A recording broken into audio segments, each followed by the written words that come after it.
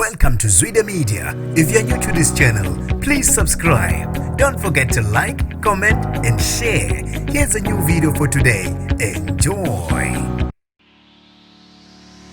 Ukala uyasithulisa uMaskandi oqolwe imali abantu ke abebethembise ukumqasha. Sanibonani nginibingelele ngiphinde nginamukele kuphi nakuphi la nibula khona le video. Mangoqala isijonele likhasi wamolekile. Igama lami ngusibonga konke wakandwando. Mothanda ke ungangibiza intatheli ka YouTube. Monga subscribe ngicela usubscribe uphinde ke ucindezele nebell. Khona phela uYouTube angeke akuvalele ngaphandle ngaso sonke isikhathi mangifaka ehamba phambili kanye nesematheni. Ukala izimatho uMaskandi oqolwe imali abantu ke abebethembise ukumqasha. Ucela zimnike uthi ke uqolwe ngabantu abebenza ngazi uthi ke bafuna ukumqasha kanti ke inhloso yabo ukumqola imali. Namanje ke uthi akakholwa ngesehlo esithe samehlela. Lo mculi ke uveze ukuthi ke ufonela umuntu wesilisa ozibize ngoJabulane emtshela ngomsebenzi ke afuna bewenze ndawonye. Ubeke esevumela phezulu yena ucela zimnike. Wabe sembuza ke lo mlisa mumbu ukuthi ke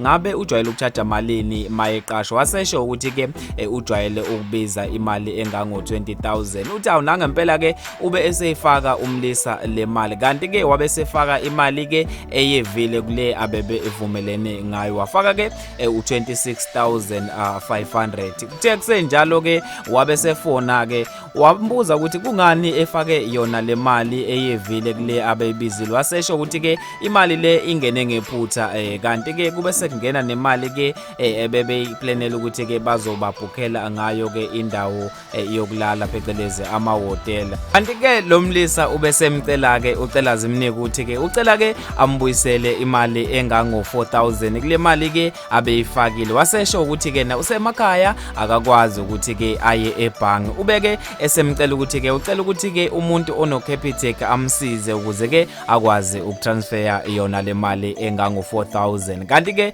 ube secela ke unkosikazi wakhe wayifaka ke enye ingxenye eyale mali. Kanti ke ube sebutha ithimba lakhe bephuthuma ke eGoli la athe afika amangala khona mayifika ebhange ethola ukuthi ke ayikho le mali ebank. Wabe senothisa ukuthi hawu kanti amaqola lawa abemqola nje. Wabe ke esephuthuma epolice station eyovula icala. Bafethu ke lekhu kuyisifundo sokuthi ke kumele siqaphele kakhulu masenza ke izinto ezikanje masebenzisana nabantu esingabazi noma nje imuphi umuntu entweni ethinta izimali. Njengoba ke nami nginaso istory esifana naso lesi. Amaqola lawa indlela entsha ayisebenzisayo eyokuqola abantu. Nami ke ngacishe engabanjwa kanjalo ngawo ke uzibandlela. Bazwide nation ke asivele siqede le ndaba khona lapha ku comment section. Ngizwe ke uvo lakho ukuthi ke ngabe luthini mayelana nalendlela entsha esetshenziswa amaqola ukuqola abantu. Mina ke sengiphuma kanje ngicela ungibambe ke evidweni elandelayo. Siphinde ke sibambane futhi ke ngesinye isikhathi.